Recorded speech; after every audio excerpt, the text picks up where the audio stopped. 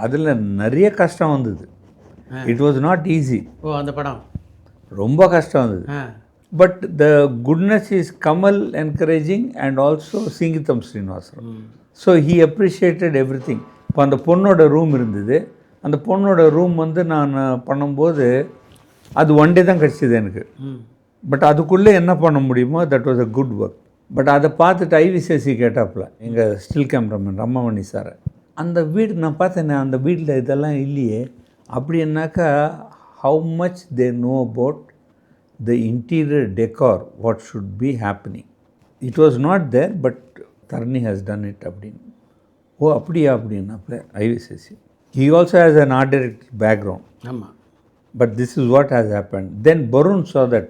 பருண் பார்த்துட்டு என்ன செஞ்சுருக்காரு, நான் ஹோட்டல் ரூமு வேணாப்பா, எனக்கு இந்த ரூம் இருந்தால் போகிறோம் அப்படின்ட்டு அந்த ரூம்லேயே தங்கிட்டாப்புல. So likewise these are the things which make you happy.